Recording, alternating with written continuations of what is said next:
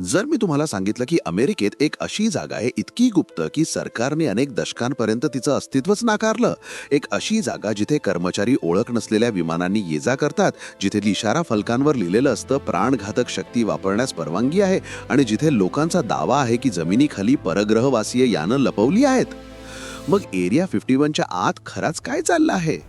Nevada वाळवंटाच्या आत Las Vegas पासून सुमारे 80 मैल उत्तर पश्चिमेला गूढ एरिया 51 स्थित आहे, जगातील सर्वात गुप्त लष्करी तळांपैकी एक. अनेक वर्षे अमेरिकन सरकारने त्याच्या अस्तित्वालाच मान्य केलं नाही. नकाशे नाहीत, सार्वजनिक नोंदी नाहीत, फक्त अफवा.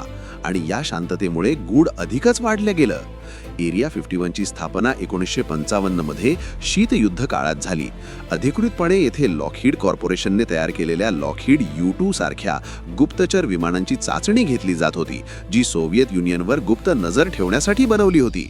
नंतर SR-71 ब्लॅकबर्ड सारख्या अत्याधुनिक विमानं देखील अत्यंत गुप्ततेत विकसित आणि चाचणी केली गेली.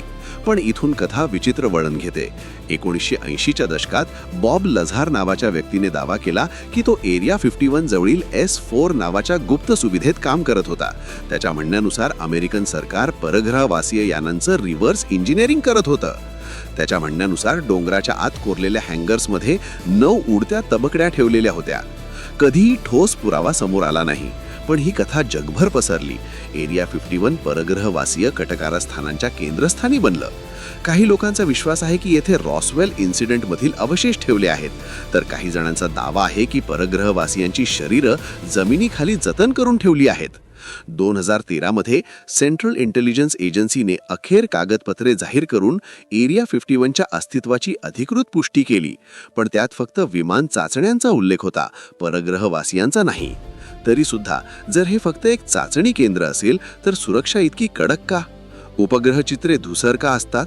कामगारांना गुप्त उड्डाणांनी का आणलं नेलं जातं? 2019 मध्ये लाखो लोकांनी ऑनलाईन एरिया 51 वर हल्ला करूया या विनोदी मोहिमेसाठी नाव नोंदवलं. ते आपल्याला सगळ्यांना थांबू शकत नाहीत असं म्हणत. हा कार्यक्रम जगभर व्हायरल झाला. जरी फक्त काही हजार लोक प्रत्यक्ष गेटजवळ पोहोचले, तरी एक गोष्ट स्पष्ट झाली: लोकांना जे पाहू दिलं जात नाही त्यावर ते विश्वास ठेवत नाहीत. आणि जेव्हा सरकार शांत राहते, कल्पनाशक्ती भरारी घेते. मग खरंच एरिया 51च्या आत काय लपलं आहे? अत्याधुनिक शस्त्रास्त्रे, अत्यंत गुप्त विमाने, परग्रह तंत्रज्ञान, की सत्य खूपच कमी रोमांचक आणि खूपच मानवी आहे? तुमच्या मते एरिया 51 मध्ये काय लपलं आहे? परग्रहवासीय की फक्त लष्करी गुपितं? तुमचा सिद्धांत खाली कॉमेंट करा.